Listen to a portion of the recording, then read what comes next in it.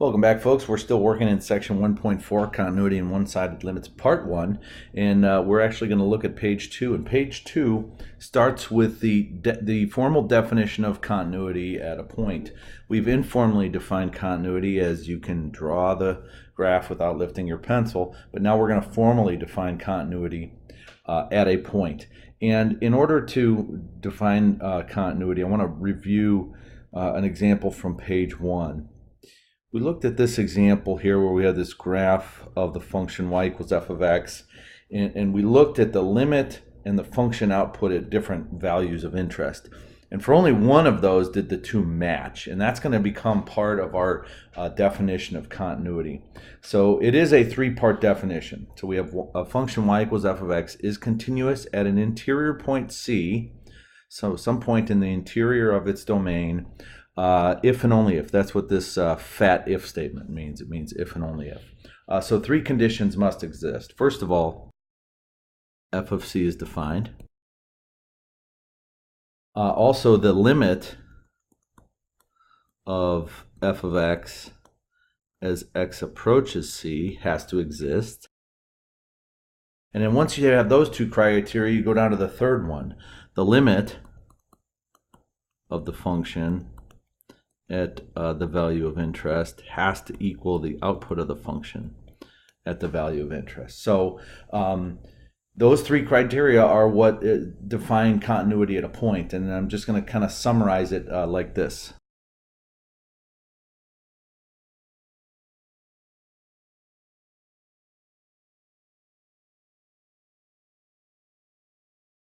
Okay, so a function f is continuous on the open interval from a to b if it's continuous at each point in the interval. So remember, this point C, this interior point C, is what we're talking about for this definition of continuity.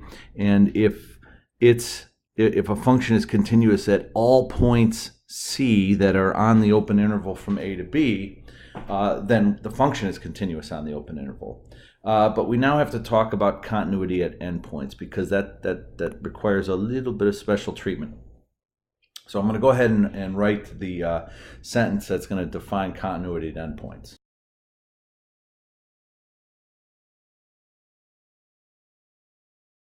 Perhaps it's worth reminding you that this right here is an open interval. It means the values a and b are not included in the interval. But when I bracket a and b, the endpoints are included in the interval. This is a notation for a closed interval. This is the notation for an open interval.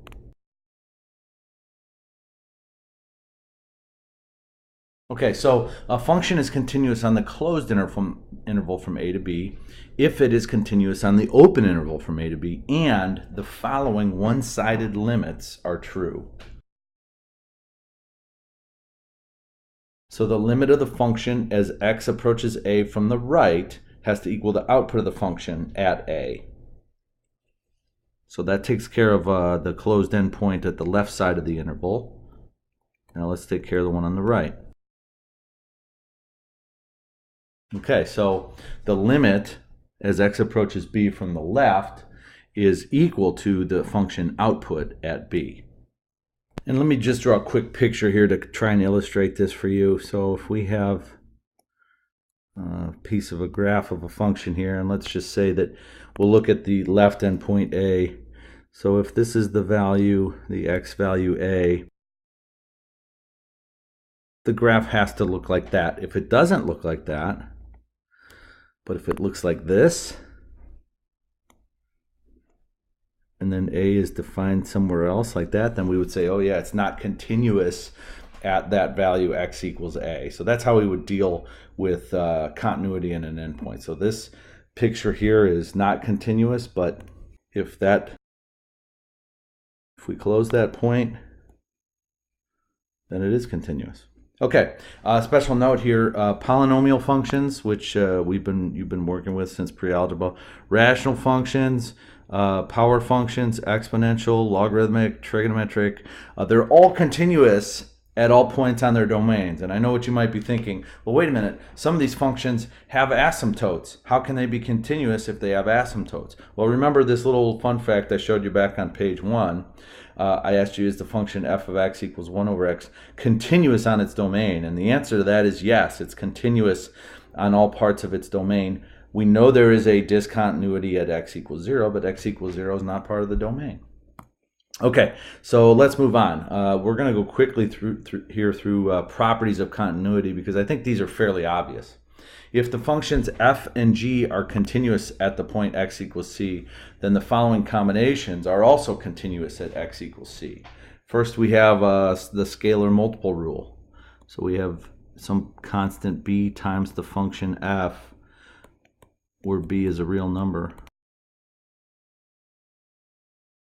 So that b times f is also going to be continuous at x equals c. We have the sum difference rule. So the sum or difference of the functions f and g is also continuous at x equals c. The product rule for continuity, f times g is also continuous at x equals c. Quotient rule, this one we got to be careful with. So f divided by g is continuous if g of c does not equal 0. Remember, in our version of mathematics, division by 0 is undefined. Now let's talk about continuity of a composite function.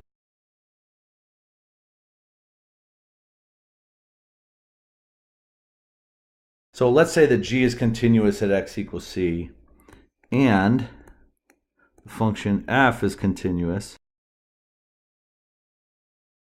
at g of c. So if I have the output of g when x equals c, that is also, if I put that into the function f would be continuous at that x value. So if this is true, then I can make the following statement. Then f composed with g, I know that looks like the word fog, but that's not what it means. F composed with g, which we would more I think a more intuitive way to write that is f, where g of x is the input. So f of g of x is continuous at x equals c. Okay, so that's how we look at continuity of composite functions. If the inside function is continuous at x equals c, and the outside function is continuous at g of c, then the whole thing is continuous at x equals c. Okay, let's just try to apply some of these properties. We're going to look at some functions here. I have f of x equals sine x, g of x equals x squared plus 6, and h of x equals x minus 3. So real quick, let's just make a note here. All three of these functions, this guy, and this guy, are continuous for all real numbers.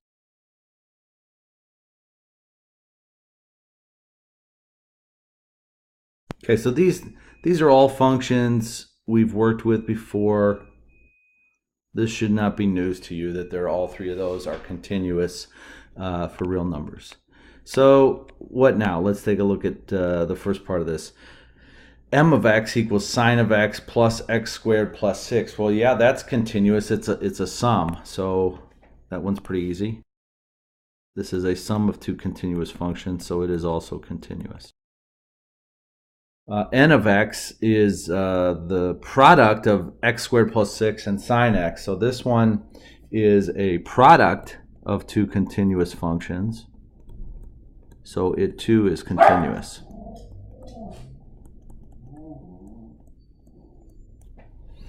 How about function O here? It's x squared plus 6, so it has the quadratic piece in the numerator, and x minus 3, the linear piece in the denominator. This one is a quotient, so we have to be careful. It is not continuous at x equals 3. You might also say there is a discontinuity at x equals 3. Last but not least, here we have a composite function. So the function x squared plus 6 is the input to the sine function. So I have a continuous function that is an input to another continuous function. So this one is also continuous. Okay, So right now, Scooter's not real happy. The garbage truck are coming by picking up all my recyclables because I'm a good steward for the earth, trying to recycle as much as I can. Anyway, let's move on to question 3 here. And this one, I know there's a question like this in WebAssign. I've already got a couple of you asking me about it. So we have this piecewise function, f of x equals 2x plus 3. I have a linear piece here for x greater than or equal to 3. And then some constant c times x minus 6 for x less than 3. So I have the two different pieces of this function are both linear. What we have to do is determine all values of c such that f will be continuous on its entire domain. So its entire domain is all real numbers because that's what these two domains give us. So I need to find what value or values of c will make this function continuous on its entire domain. This is a really easy problem algebraically, but I'd like to show it to you graphically. So I'm going to jump on over to my friend, the TI Inspire CAS calculator, and kind of illustrate what's going on with this one. So let's go ahead and set this up graphically. What I'm going to start by doing is I'm going to enter the two pieces of the function into my calculator memory, and I'm just going to call it the top function, and that top function is 2x plus 3. And I need to restrict the domain there, so I'm going to use a fancy tool here. This vertical slash in mathematics means such that or given. So the top function will be 2x plus 3 such that x is greater than or equal to 3, or such that x is greater than or equal to 3. I grip it and rip it, and my calculator says, hey, done. I've done that. I'm ready to go. Okay, so now I'm going to enter the other piece of the function. I'll go ahead and call that the bottom, and that is equal to c times x minus 6. And we're only going to have that piece of the function be valid x is less than 3. Okay, grip it and rip it. Calculator says it's done. So I have two functions. I've called one of them top, 2x plus 3 when x is greater than or equal to 3, and bottom, c times x minus 6 when x is less than 3. All right, so let's go ahead and graph this and see what we're working with here. So I'm going to add a page here. I'm going to add a graphs page. I kind of already know what it's going to look like, so I'm going to set up my window settings so to fit what I know the function is going to look like. So I'm just going to kind of change the window there a little bit. So let's graph the top function, top of x. Bang, look at that. Hey, we suspected it was going to be linear. It sure enough is. And you notice it's only going from x is greater than or equal to 3. So right there is x equals 3. So that the way I entered the function controls how it's graphed, which makes sense. So now let's go ahead and enter the bottom function. And remember, the bottom function had that parameter c in it. When I grip it and rip it here, it says, hey, wait a minute. You got this thing in there called c. Do you want me to create a slider for it? Well, yeah, sure. Do that for me, would you? So what it did is created this little slider for the parameter c. And I'm going to go ahead and put it right there, but let me go ahead and change some of the settings. So I'm going to let c go from, let's go from a minimum of -10 to a maximum of 10, and let's just make that step size 1 just to be fun there, and grip it and rip it. So here's my bottom function, here's my top function. So right now c is 4, and I can see that they're definitely not meeting. Well, I can kind of scroll through different values of c. You'll notice that changes the slope of that line. And it looks like there's one in there that works, so there, it definitely not continuous there, not continuous there, but there is a point right at, bang, right there. Hey, it looks continuous when c equals 5. Now let's see if we can prove that algebraically. In order to prove that algebraically, what I need to make sure happens is that the output for the function f at x equals 3 and just before x equals 3, those two outputs are the same, so that the two pieces of the graph meet. So that's going to happen if the following is true. If at x equals 3 those two pieces of the graph are the same, then the two two pieces of the graph are going to meet. So let's go ahead and plug in x equals 3 and see what we get.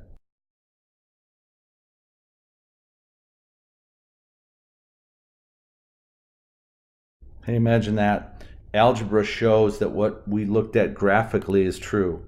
Isn't it a beautiful thing when the graph and the algebra match? Folks, I'm going to be honest with you. I think that deserves a great big green check. Congratulations, you've completed part 1 of section 1.4. Stay tuned for part 2.